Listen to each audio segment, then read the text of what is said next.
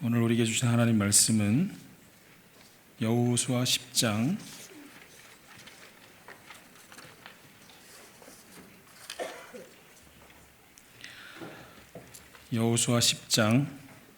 12절에서 15절의 말씀입니다.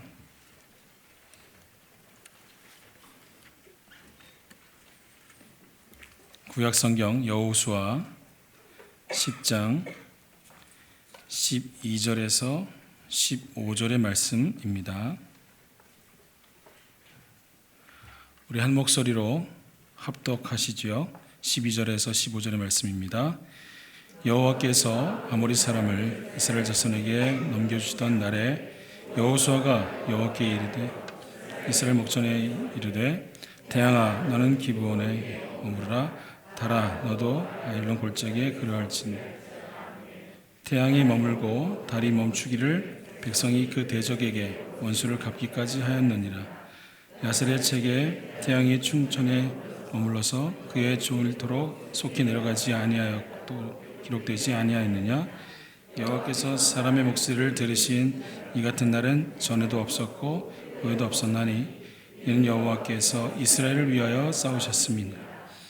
여호수아가 온 이스라엘과 더불어 길갈 진영으로 돌아왔더라. 아멘.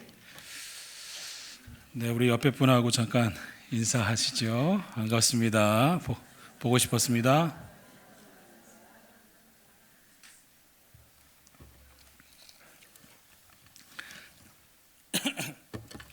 그 인사 되게 좋죠. 네, 제가 인사 이렇게 또 부탁드리는 이유는 제가 긴장이 돼가지고 여러분들이 이렇게 막 째려보고 계시면 좀 긴장이 더 되는데 이렇게 인사하시다 보면 옆에 분하고 웃잖아요. 그 모습이 참 사람을 긴장을 풀게 해주는 것 같아요. 그렇죠? 네. 웃으실 때 웃으시고 아멘 할 때 아멘 하시기를 주님으로 축원합니다. 제가 이렇게 설교하러 나올 때마다 옛날 교회 있을 때 항상 웃겨는 거를 굉장히 목표로 삼아서 하다 보니까 성도들이 이제 일단은 웃을 준비를 하세요. 근데 이제 문제는 굉장히 심각한 얘기를 했는데도 불구하고 웃으실 때가 있어요. 그건 이제 예상 못했던 그런 일들인 거죠. 그래서 예를 들면 누가 고문을 당해서 하나님이 역사하셨습니다 그랬더니 웃으시는 거예요. 그럴 때 제가 너무 당혹했던 기억이 나요. 이분들은 지금 제 말을 이렇게 좀 집중해서 안 듣고 계시구나. 웃길 때만 집중해서 보시는구나 하는 쓸데없는 생각을 해봤습니다. 여러분, 하나님께서 여러분의 삶 가운데 역사하고 계십니까? 아멘이십니까? 하나님께서 어떨 때 내 삶 가운데 역사하신다. 혹은 하나님께서 정말 살아계시는 것을 요즘 아이들 표현으로는 소름 끼치게 느낀다. 혹은 정말 기가 막히다. 어쩔 때 그런 걸 느끼시는지요? 아마 우리는 평소에는 잘 못 느낄 거예요. 그런데 특별히 어떤 기적이나 내가 기도하던 문제들 이런 것들이 갑자기 기도했는데 그 기도한 대로 풀려갈 때 이야 정말 하나님은 기가 막히게 살아계시는구나 하고 느낄 때가 있을 거라고 생각합니다. 우리가 이런 기적들이 우리의 삶 가운데 있죠. 그리고 특별히 하나님을 따라가는 사람들에게는 하나님께서 주시는 기적이라는 게 있습니다. 믿으십니까? 네, 감사합니다. 기적이 있어요. 저도 기적을 몇 번 체험했던 적이 있습니다.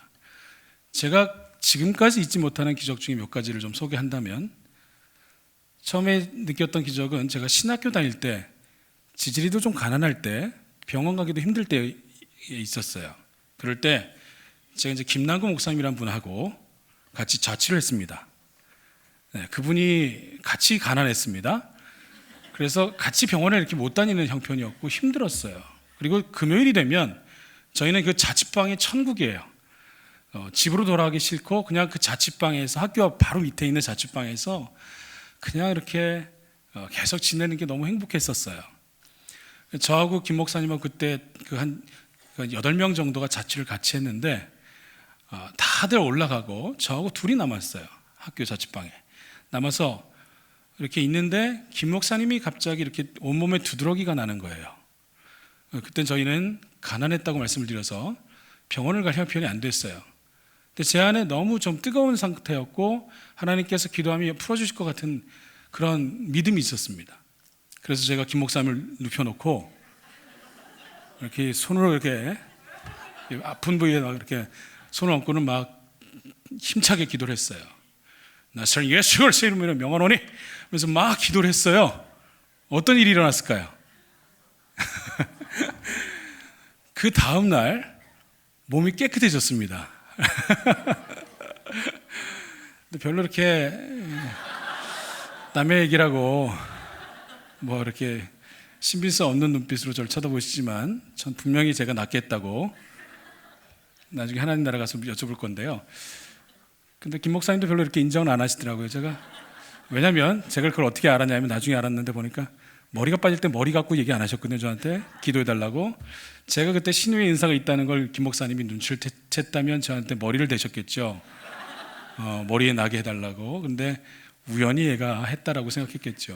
근데 저는 분명히 그게 제가 기도해서 났던 기적이라고 생각합니다. 제 안에 그런 은혜가 있었기 때문에 그래요. 그리고 그 다음에 또 한 번은 언제 있었냐면 제가 전도사로 나갔던 교회에서 전도사를 열심히 하고 있었어요. 근데 저희 청년부의 한 친구가 불치병에 걸렸어요. 사실은 굉장히 어려운 병이었고 그 당시에 의학으로는 못 고치는 병이었습니다. 그런데 제가 그때 청년들하고 굉장히 열심히 기도하는 때였고 청년들한테 믿음을 굉장히 강조하던 때였었는데 그 청년이 저한테 와서 전도사님이 기도해 주시면 제가 나을 것 같아요 얘기하는 거예요. 그래서 제가 굉장히 뜨거운 마음으로 그때도 저 손을 얹고 기도를 해줬어요. 어떻게 됐을까요? 병이 나았어요.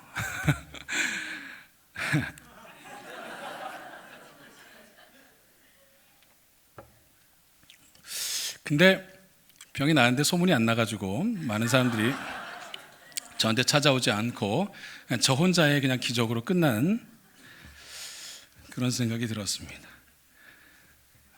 그런데 그 친구가 이제 제가 떠나오고 나서 몇 년 뒤에 소식을 듣게 됐는데 그 병이 재발을 하고 그 재발한 병 때문에 젊은 나이에 하나님 앞에 갔다는 비보를 듣게 됐어요. 그러면서 제가 오히려 충격을 받게 됐는데 제가 어떤 충격을 받았냐면 하나님 도대체 기적이란 게 뭡니까? 하나님께서 그때 저한테 분명히 그 친구의 병을 낫게 하신 걸 제가 봤고요. 하나님 전 그걸 기적으로 받아들였는데 그런데 몇 년 뒤에 다시 죽었다니 그 병 때문에 죽었다니 그럼 그때 그 기적은 뭡니까? 하나님이 정말 살아계신 것입니까? 라고 하면서 오히려 내 마음이 시험이 들었어요. 참 제가 그 기적을 바라보는 그 다음부터 정말 힘들더라고요. 그런 것들을 바라보고 얘기한다는 것 자체가 참 힘이 들었습니다.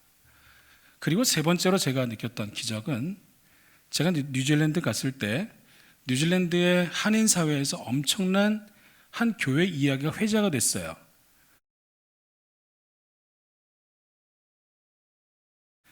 그 교회가 이제 뉴질랜드로 이제 지 교회를 수출을 해서 그곳에서 집회를 벌이는데 집회를 1000일 집회를 하는 거예요. 여러분 1000일이면 몇 년인 줄 아세요? 거의 3년이죠. 그죠? 3년 동안 하루도 안 빠지고 집회를 하는 거예요. 그런 충격은 아니고 하여튼 엄청난 우리 평교회들한테 그냥 보통의 교회들한테 도전을 줬는데 그런데 놀라운 건 그 교회에서 놀라운 기적들이 일어난다는 거예요. 그 집회할 때 하늘에서 깃털이 떨어지고 금가루가 날린대요. 그래서 어떤 친구가 가서 찍어왔어요. 이 핸드폰으로 가서 금가루를 딱 찍어와가지고 저한테 보여주는 목사님 이거 보세요 하면서 여기 금가루요. 어떤 친구는 이빨이 금으로 바뀌었다는 그 얘기 많이 들었잖아요. 그런 놀라운 얘기가 그래서 진짜 1000일을 했어요. 대단하죠. 그런데 그 교회 목사님이 그렇게 1000일 하면서 스텝으로 섬겼던 그 청년들 그리고 그 중에 찬양팀으로 섬겼던 청년들 많이 있었는데 집으로도 안 보내고 계속 교회에서 이렇게 살게 했는데 한 청년하고 자기 아들하고 결혼도 안 시키고 그냥 도망 보냈대요. 그러니까 빼돌린 거예요. 청년 자매 하나하고 자신의 아들하고 이렇게 짝짝꿍 해가지고 뒤로 빼돌려서 어디 딴 데로 몰래 빼돌린 거예요. 그랬더니 그 청년의 아버지하고 어머니가 교회 와서 엄청나게 데모하면서 자기 딸 내놓으라고. 근데 절대 안 주고 모른다고 계속하면서 그게 법정까지 싸움이 번졌던 이야기가 있었어요. 제가 그 세 번째 기적 이야기를 들으면서 우리 안에서 기적에 대한 잘못된 개념이 있는 게 아닐까 하는 생각이 들었습니다. 기적이라고 하면 하나님의 살아계심보다는 뭐라고 생각하냐면 마치 자기가 하나님에서 뭔가 얻어낸 자기의 능력이라고 착각하는 거예요. 그 기적을 느끼면 느낄수록 자기가 하나님에서 더 대단한 존재가 되는 것 같고, 하나님이 나에게 이 기적을 통해서 놀라운 뭔가 다른 표징을 보여줬다라고 우월하게, 교만하게, 잘못된 그릇된 개념을 갖고 있는 게 참 문제라는 생각을 하게 됐습니다. 하나님께서는 우리 모두에게 기적을 주십니다. 그런데 이 기적에 대한 잘못된 개념을 갖기 시작하면 내 안에 그릇된 기준으로 인해서 하나님에 대해서 잘못 보게 되고 잘못된 신앙을 갖게 된다는 거예요. 여러분 한번 생각해 보십시오. 우리는 많은 경우에 이 부분에 대해서 우리도 동일하게 하고 있는 경우들이 있습니다. 약속 시간에 늦었어요. 그래서 하나님께 간절히 기도합니다. 하나님, 제가 이 약속 얼마나 중요한지 아시죠? 빨리 차가 오게 해주십시오. 기도했더니 차가 와요. 그럼 기적입니까? 아닙니까? 기적이죠. 그러고 나선 하나님이 역시 내 기도를 들어주셨다고 되게 좋아해요. 회사에 면접 보고 기다리는데 하나님 기도했더니 면접에서 붙게 됐어요. 기적입니까? 아닙니까? 마음에 드는 여자한테 계속 오랫동안 고민하다가 기도했는데 그 여자가 나한테 말을 걸어와요. 기적입니까? 아닙니까?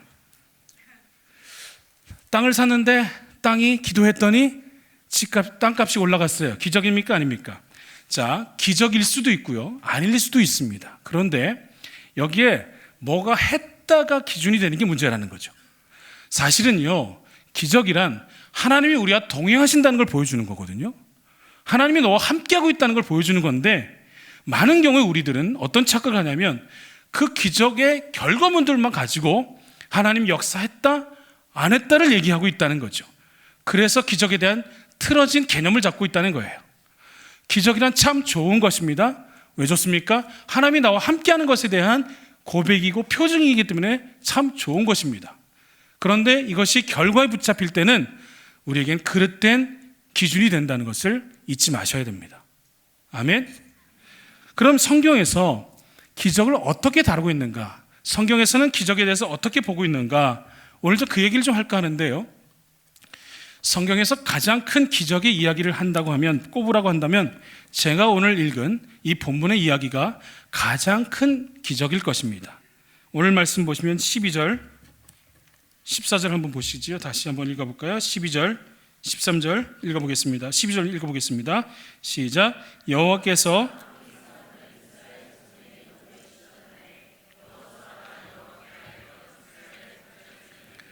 태양아 너는 기드온 위에, 달아 너도 아발론 골짜기에 그리할지어다 하매 태양이 머물고 달이 멈추기를 백성이 그 대적에게 원수를 갚기까지 하였느니라. 야살의 책에 태양이 중천에 머물러서 거의 종일토록 속히 내려오지 아니하였다고 기록되지 아니하였느냐. 여호와께서 사람의 목소리를 들으신 이 같은 날은 전에도 없었고 후에도 없었나니 이는 여호와께서 이스라엘을 위하여 세우셨습니다. 아멘. 네, 그렇잖아요. 제가 한 말이 아니고 성경에 나와 있잖아요. 전에도 없었고 후에도 없었다고요. 이와 같이 놀라운 기적은 전에도 없었고요, 하나님께서 사람과 같이 하신 이것에 대한 사건이 없었다는 얘기를 하고 있습니다. 여러분, 여기서 태양이 멈추고 달이 멈춘 사건을 어떻게 보십니까? 태양이 멈추고 달이 멈춘 사건을 제가 처음에 딱 들었을 때는 그럼 지구의 자전이 멈췄나 생각이 됐어요. 지구의 자전이 멈춰서 태양이 딱 가만히 있는 건가 하는 생각이 들었는데, 제가 그러고 나서 그 유튜브에 내셔널 지오그래피라고 하는 곳에서 나온 지구의 자전이 멈추면 이라는 동영상이 있더라고요. 너무 감사했어요. 제가 상상만 했는데 거기 딱 있어서 보게 됐는데 참 충격적인 것을 보았습니다. 지구의 자전이 멈추게 되면요, 태양이 한 부분만 계속 쬐기 때문에 그곳이 55도 정도 올라가고 반대편은 55도, 마이너스 55도 정도로 내려간다고 합니다. 그리고 모든 바다와 그리고 모든 곳에서 그 태풍과 지진이 일어날 것이라고, 장력 때문에 일어날 것이라고 얘기하고요. 해일도 일어날 것이고, 그리고 적도의 자전의 속도가 1600km래요. 이게 멈추는 거예요. 상상이 잘 안 가시죠? 그러니까 1년 안에 65억 명이 죽는데요. 그러니까 하루 동안 이 지구의 자전이 멈췄다면 엄청난 자연재해가 오는 것이 맞습니다. 그런데 역사적인 기록을 봤을 때 그 어디에도 그런 놀라운 큰 자연재해가 한꺼번에 일어났다는 기억이 없거든요. 그럼 이 사건은 자전이 멈춘 사건이 아니라는 거예요. 그럼 이건 무슨 사건입니까? 우주가 멈춘 사건이에요. 태양이 머물고 달이 멈췄다라고 하는 이 짧은 한마디에는 뭐가 있냐면 하나님께서 우주를, 모든 우주의 질서를 딱 멈춰서 오늘 이 전쟁을 이기게 하셨다라고 하는 뜻이 있다는 거예요. 더 대단하죠. 그냥 우리가 알기에는 태양만 잠깐 멈췄다라고 생각하는 게 그게 아니고 전 우주를. 그럼 이거는 어마어마한 사건임에 틀림이 없습니다. 아니 도대체 이 전쟁이 뭐길래 온 우주의 질서까지 막아가면서 멈춰가시면서 하나님께서 이 전쟁을 벌이셨다는 건가? 왜 하나님께서는 이 전쟁에서 이렇게 어마어마한 일을 벌이신 것인가? 태양이 멈춘 사건과 이 전쟁이 어떤 연관이 되는가?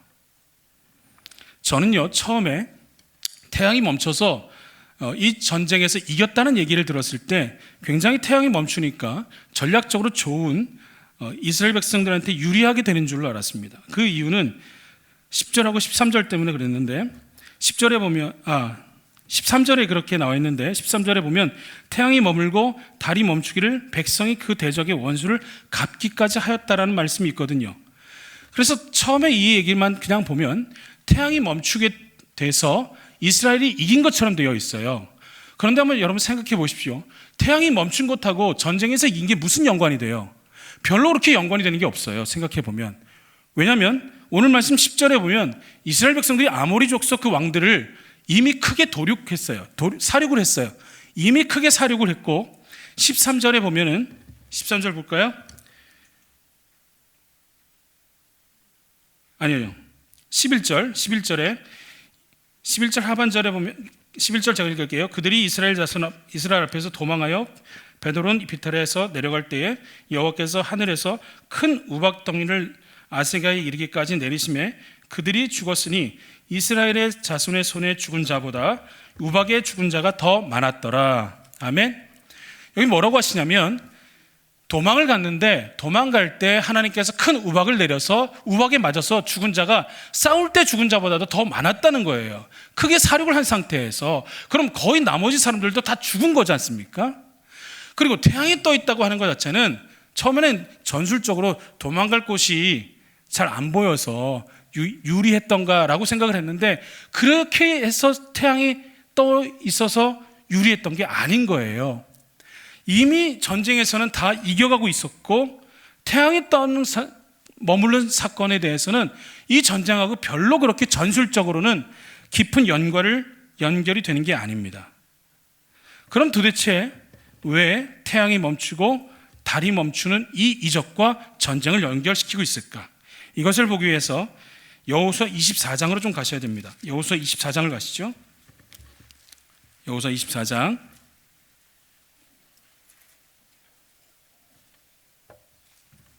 여호수아 24장에 여호수아의 죽음과 그리고 나서 하나님께서 이스라엘 백성들에 대해서 이제 마지막으로 하나님 말씀에 대한 선포를 하고 계십니다.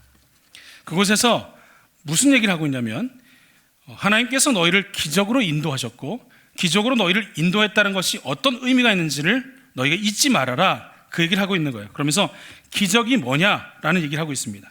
제가 좀 몇 군데 읽을게요. 24장 11절 12절인데요 한번 좀 읽어볼까요? 시작.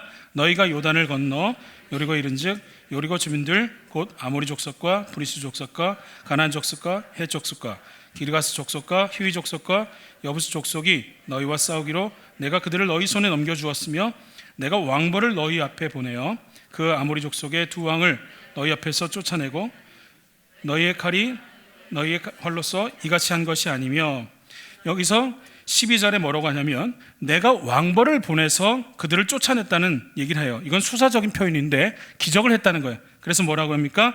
이건 너희의 손으로 한 것이 아니라 너희의 칼로 한 것도 아니고 활로 한 것도 아니고 나의 싸움이다라는 얘기를 하고 있는 거예요. 17절 18절 한번 읽어보겠습니다. 17절 18절 시작.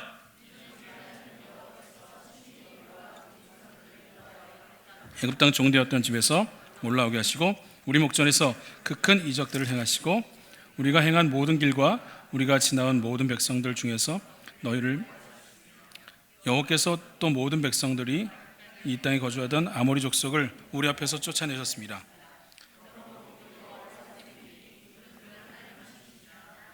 아멘. 여기서 하나님께서 뭐라고 하냐면 여호와께서 친히 너희를 인도하셔서 그 큰 이적들을 행하셔서 너희를 보호하셨고 그들을 쫓아내셔서 너희를 오늘까지 인도하셨다라는 걸 얘기해요.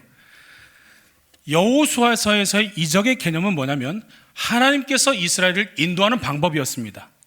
하나님께서 이스라엘 백성들을 위해서 이방인들을 쫓아내는 방법이 이적이었어요. 이 이적들을 통해서 사람들이 하나님을 두려워하게 만들었고 하나님께서 이스라엘을 어떻게 인도하시는지에 대한 것을 보여주고 있는 거예요. 그래서 이 이적이라고 하는 것을 뭐라고 표현할 수 있냐면 하나님의 전쟁이라고 할 수 있는 거예요. 하나님께서 싸우시는 방법이 바로 이 이적이라고 하는 것입니다. 그렇다고 한다면 이것이 하나님의 이적인 건 알겠는데 왜 하나님이 태양을 이곳에서만 멈췄냐는 말이에요.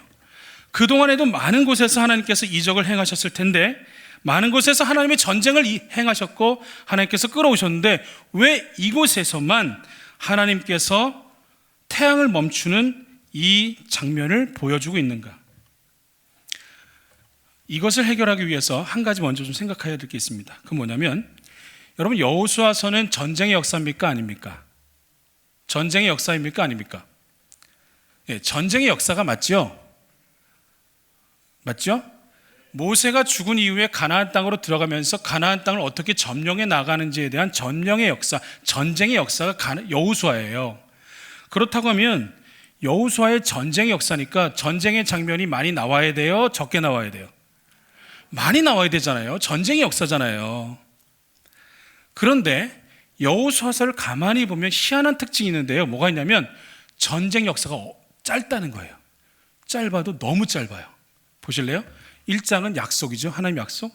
2장은 정탐이에요. 가나안 여리고성에 대한 정탐. 3장은 요단도와, 4장엔 길갈, 5장엔 할례예요. 6장에는 여리고성 전투이긴 한데 이건 하나님께 첫 번째로 바쳐진 전투로서 이건 나에게 구별된 전투다.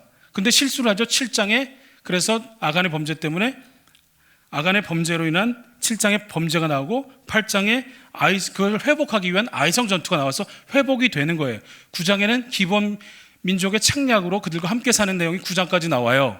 전쟁 얘기가 없죠. 그리고 10장에 처음으로 가나안 남부 지역의 연합군과 전면전을 벌이는 거예요. 그게 오늘 얘기예요. 그리고 11장에 가나안 북부 연합군과 전면전을 해요. 그리고 점령을 하고 11장 23절에 뭐라고 하냐면 그 땅의 전쟁이 그쳐버려요. 무슨 이런 얘기가 다 있어요. 딱 2장의 전쟁 얘기가 나오고 그리고 전쟁이 끝나버리고 나머지는 어떻게 땅을 배분하고 분배하는지에 대한 얘기가 쭉 나오는 거예요. 전쟁의 역사인데 전쟁 얘기가 적다는 거예요. 좀 이상하지 않습니까? 그럼 이거 뭘 얘기하고 싶어서 이렇게 할까요? 여러분 혹시 드라마 중에서 미국 드라마 중에 밴드 오브 브라더스라는 드라마를 아십니까? 이게 그 전쟁 드라마예요. 전쟁 드라마에서 전쟁에 대한 얘기를 다루고 있는데 근데 어떤 편에는 전쟁 얘기가 하나도 안 나와요. 전쟁 얘기인데 불구하고 어떨 때는 형제에 대한 얘기, 어떨 때는 부모에 대한 얘기, 어쩔 때는 우정에 대한 얘기를 그렇게 하는 거예요. 그래서 이 밴드 오브 브라더스를 보면 뭐가 되냐면 전쟁이라고 하는 급박한 상황 속에서 그 부분을 강력하게 드러내는 거예요. 형제가 어떻게 작용하는지를 강력하게 드러내고 있는 거예요. 그러니까 어떤 한 부분을 부각시킬 때 이런 식으로 얘기를 하는 거죠. 전쟁의 역사인데 전쟁 장면이 적은 것은 이것을 통해서 지금 하나님께서 부각시키고 싶은 게 있는 거예요. 이적은요 하나님의 전쟁이라고 얘기했습니다. 그런데 하나님의 전쟁 중에서 딱 두 가지 전쟁만 하나님이 갖고 오고 모든 전쟁을 다 없애버렸어요. 그리고는 이 두 가지 전쟁을 하나님의 전쟁이라 딱 부각시키면서 첫 번째 하나님의 전쟁은 이런 것이다 라고 딱 선언하고 있는 거예요. 그럼 이건 뭡니까? 하나님의 전쟁의 대표성인 거예요. 하나님의 전쟁은 이런 것이다는 것을 딱 보여주는 거라고요. 사람들이 그전까지는 하나님의 전쟁이 뭔지를 몰랐어요. 근데 하나님이 싸우신다는 것은 이런 것이다. 하나님의 전쟁은 다른 사람의 전쟁과는 다른 것이다. 하나님이 움직이시면 어떤 일이 일어나는지 너희가 보느냐 하면서 그 대표성으로 딱 가져오신 대표적인 하나님의 전쟁이 바로 이거예요. 하나님께서 그 손가락 하나만 까딱하시면 온 우주가 멈추는 게 하나님의 전쟁이다. 하나님께서 움직이신다면 온 우주가 그 질서를 멈추고 하나님이 하신 일을 주목할 수밖에 없는 것, 이것이 하나님의 전쟁의 특징이다 하면서 대표적으로 가져오신 거예요. 이거 하나면 하나님의 전쟁을 설명하기에 충분했던 거예요. 그래서 모든 전쟁의 역사를 다 지워버립니다. 하나님의 전쟁의 대표성. 그런데 이 하나님의 전쟁의 대표성을 인간이 놓쳐버려요. 그리고는 놓쳐버리고 하나님의 전쟁이 어떤지를 놓쳐버리고 자신들의 전쟁으로 바꿔버린 역사가 그게 바로 사사기예요. 사사기에 하나님의 전쟁이라고 하나님이 딱 대표적인 걸 딱 보여주셨는데, 사사기에 가서는 하나님의 전쟁이 인간의 욕심의 전쟁으로 바뀌죠. 자기의 개인적인 것들을 채우기 위해서 자기의 무엇인가 욕망을 채우기 위한 인간의 전쟁으로 바뀌어버리고, 그것이 사사기의 대표적인 타락으로 가게 되는 거예요. 한 번도 하나님의 전쟁을 회복하지 못해요. 그 역사가 쭉 가게 되는 거예요. 이것을 회복한 자가 누구냐면 하박국이에요. 하박국 3장을 좀 보시죠. 하박국 3장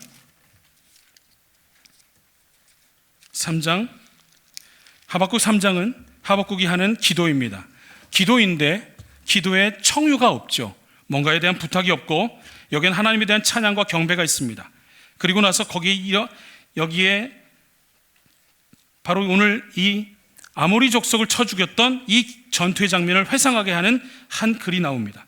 9절, 10절, 11절을 한번 보겠습니다. 3장 9절, 10절, 11절입니다. 함께 읽겠습니다. 잠깐만요. 네, 함께 읽겠습니다. 시작. 주께서 활을 꺼내시고 화살을 바로 쏘셨나이다. 셀라. 주께서 강들로 땅을 쪼개셨나이다. 산들이 주를 보고 흔들리며 창수가 넘치고 바다가 소리를 지르며 손을 높이 들었나이다. 날아가는 주의 화살의 빛과 번쩍이는 주의 창이 광채로 말미암아 해와 달이 그 처소에 멈추었나이다. 아멘. 하나님에 대한 찬양과 경배를 하면서 하박국이 하나님이 어떤 분이십니다를 선포하고 있어요. 그러면서 하나님의 전쟁은 하나님의 화살을, 그리고 하나님께서 창을 들어서 어떻게 모든 것들을 지금 모든 것들이 어떻게 역사하시는지, 하나님께서 어떻게 전쟁하시는지에 대해서 얘기를 해요. 그러면서 해와 달을 그 처소에 멈췄다라고 그 사건을 떠올리게 합니다. 하나님의 전쟁을 회복했던 자가 바로 하박국이었어요. 그래서 하박국의 그 밑에 부분에 무화과 나무 잎이 마르고 포도원에 열매가 없고 외양간에 송아지가 없어도 나는 여호와로 인해 만족한다라는 게 나오는 거예요. 하나님의 전쟁을 회복한 자, 하나님이 전쟁이 어떤지를 아는 자는 결코 주저하거나 낙망하지 않는다는 거예요. 이걸 놓쳐버리니까 사람들이 불평하고 원망하고 하나님을 따라가지 못하는 역사가 반복되었던 거죠. 다윗이 이걸 붙잡았잖아요. 하나님, 내가 하나님을 붙잡습니다. 너는 칼과 창과 단창으로 나아오지만 나는 만군의 여호와의 이름을 붙잡고 그 원수에게 나아갑니다. 하나님께서는 하나님의 전쟁을 붙잡는 자, 하나님이 어떤 능력을 갖고 있는지를 아는 자들에게 함께하고 계십니다. 하나님이 어떤 위대하신 분인지 하나님이 그 위대함을 붙잡는 자에게 주목하신다는 사실이에요. 한나가 하나님의 위대함을 붙잡지 않습니까? 타락한 사사시대에 모든 사람들이 얘기 못할 때 주님은 만군의 여호와라고 하면서 그 만군의 여호와의 하나님의 이름을 가져오는 거예요. 하나님의 전쟁의 대표성을 붙잡는 자는 그래서 망하지 않고 하나님의 역사의 중심에 있는 것입니다. 우리가 망하는 이유는요, 우리가 안 되는 이유는 우리가 하나님이 어떤 하나님인지를 모르는 거예요. 오늘 이 전쟁에서 해와 달을 멈추시면서 하나님이 우리에게 하신 말씀이 이거예요. 너희가 내 능력이 어떤 것인지 아느냐? 내가 너희를 위해서 싸운다는 것이 무엇인지 아느냐? 내가 너희를 위해서 싸운다는 것은 그냥 조그마한 일이 벌어지는 게 아니라 온 우주를 멈출 수 있는 놀라운 능력이 바로 나의 능력이다. 이걸 좀 붙잡으라고 주님이 얘기하시는 거예요. 저희 아들 이삭이가 중학교 1학년 때 학교에서 음악 숙제를 냈습니다. 숙제의 제목은 조바꿈이었습니다. 조바꿈 아십니까? 조바꿈? 뭐 단조를 장조로 바꾸고 하는 거 있어요. 그건 좀 계산하기가 좀 어려운데, 얘가 이거를 하는데 쭉 하다가 못하니까 자기 엄마한테 물어봤어요. 엄마, 이거 조바꿈이라는 건데 이거 아세요? 물어봤어요. 근데 우리 아내가 그때 뭐 딴 생각을 좀 하고 있었는지 말을 좀 조금 더듬어서 했어요. 잠깐 더듬었어요. 그 사이를 이삭이가 치고 들어왔습니다. 에이, 엄마 모르죠? 엄마 모르죠? 이거 모르죠? 그러는 거예요. 참고로 말씀을 드리면 저희 아내는 중학교 때부터 음악 공부를 해서 6년간 음악 공부를 해서 장신대 성악과를 졸업했어요. 그러니까 10년 동안 음악 공부를 한 사람이에요.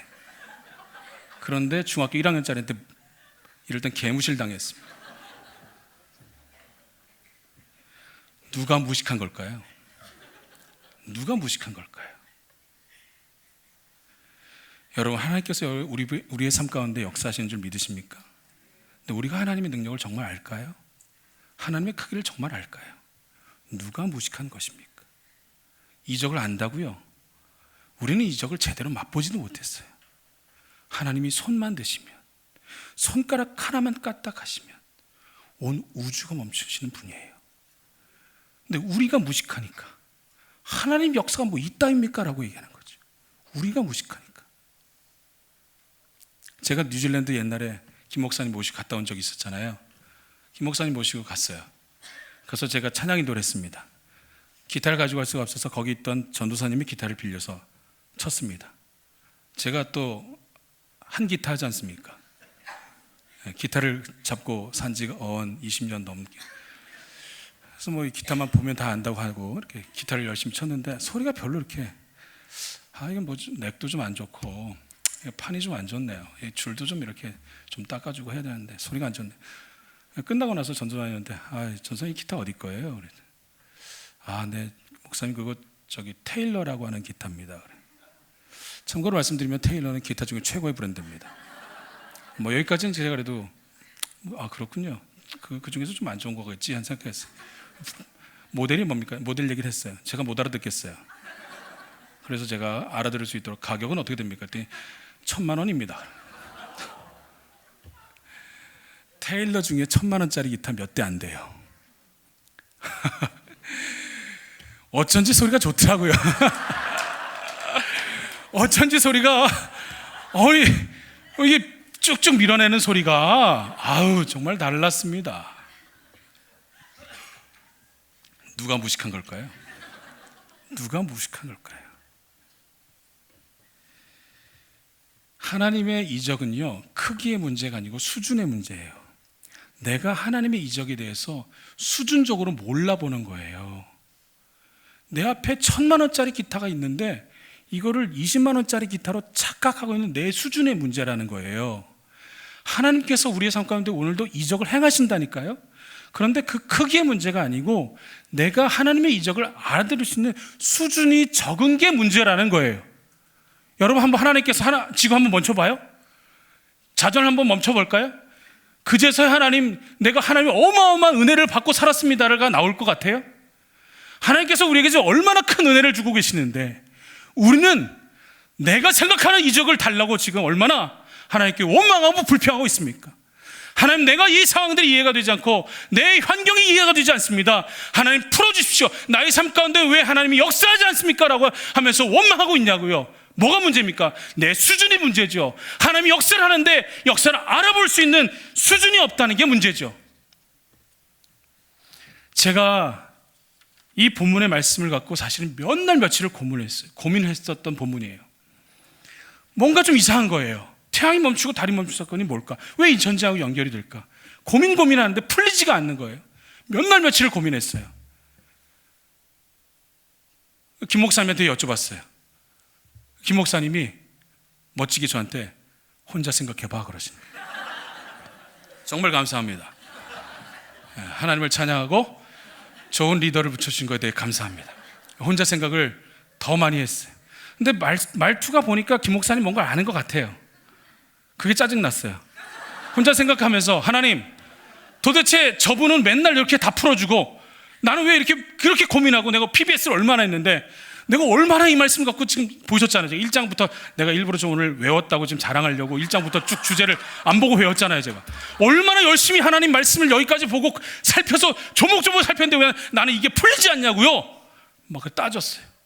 그러다가 어느 순간에 하나님께서 제 머리를 땅 치면서 이걸 풀어주신 거예요. 전쟁의 역사인데 전쟁이 없다, 그건 주목하라는 것이고, 이 전쟁 하나면 하나님의 전쟁을 충분히 설명할 수 있다, 이건 그래서 대표다.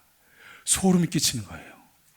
그리고 나서 그 밤에 그 말씀이 깨달아지고 그 말씀이 풀어졌는데 흥분이 가라앉지 않아서 잠이 오질 않는 거예요. 너무 정신이 또렷또렷해지고, 이 말씀이 사사기가 그래서 하나님이 사람들이 망했던 거야? 하박국이 그래서 회복된 거야? 이게 쫙 연결이 되면서 쫙쫙쫙 붙기 시작하는데 눈을 감았는데 막 머리에서 돌아가는 거예요. 그 밤에 새벽 3시까지 잠을 못 잤어요. 말씀이 돌아가기 시작했어. 너무너무나 은혜롭게 밤을 샌. 그런데 밤을 새면서 어떤 생각이 제 안에 들었냐면, 제 저 깊은 곳에서 하나님이 이게 딱 눈을 감고 미소를 지으면서 저한테, 네가 고민한 시간에도 내가 너와 함께하고 있었지. 내가 너와 함께하고 있었지. 네가 나를 아냐? 내가 왜 그렇게 하는 줄 아냐? 우리는 너무 모르는 게 많은 것 같아.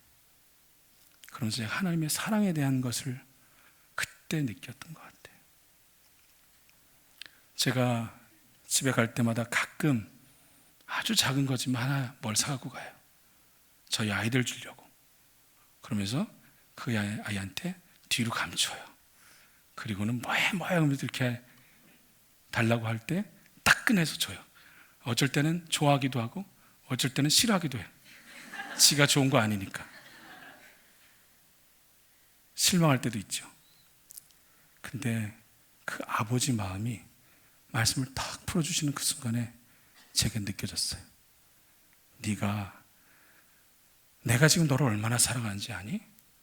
내가 어떤 사랑으로, 어떤 넓이로, 어떤 크기로 너의 삶을 끌어가고 있는지 네가 진짜 아니? 하는 생각이 들었어요. 여러분, 하나님은 우리의 삶 가운데 역사하신 줄 믿으십니까? 하나님께서 우리의 삶 가운데 놀라운 이적으로, 또 놀라운 말씀으로, 놀라운 사랑으로, 놀라운 신실함으로 우리의 삶을 끌어가신 줄 믿으십니까? 하나님이 그 놀라운 사랑으로 우리의 삶을 끌어가신 줄 믿습니다. 우리 하나님, 우주를 멈출 수 있는 능력의 하나님, 여전히 내 삶 속에 작은 것 속에서도 여전히 나를 사랑한다고 고백하시는 그 하나님, 그 아버지 붙잡고 원망하지 말고 내게 준 모든 순간순간에 하나님을 고백하면서 끝까지 살아내는 저 여러분 되시기를 주님으로 축복합니다. 우리 함께 이 시간 잠깐 기도하겠습니다.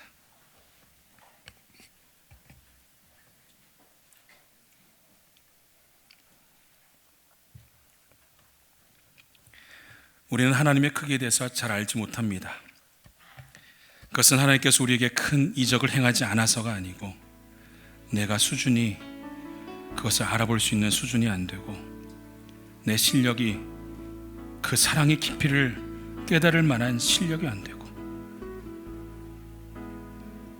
나의 조급함이, 나의 알량한 자존심이 아버지 하나님의 거룩한 사랑을 받아들이기 부족하기 때문이라고 생각합니다. 하나님께서 우리에게 이 전쟁을 보여주시면서 내가 어떻게 너의 삶을 끌어가고 있고, 내가 얼마나 위대한 분이고, 내가 얼마나 놀라운 능력으로 너의 삶을 붙잡고 있는지 우리에게 주목하라고 하나님 말씀하시는 줄 믿습니다. 이 전쟁은 이 세상에서 하나님께서 우리를 끌어가신다고 하시는 하나님이 어떤 분이시라고 하는 우리에게 믿음을 가져다주는 놀라운 전쟁입니다.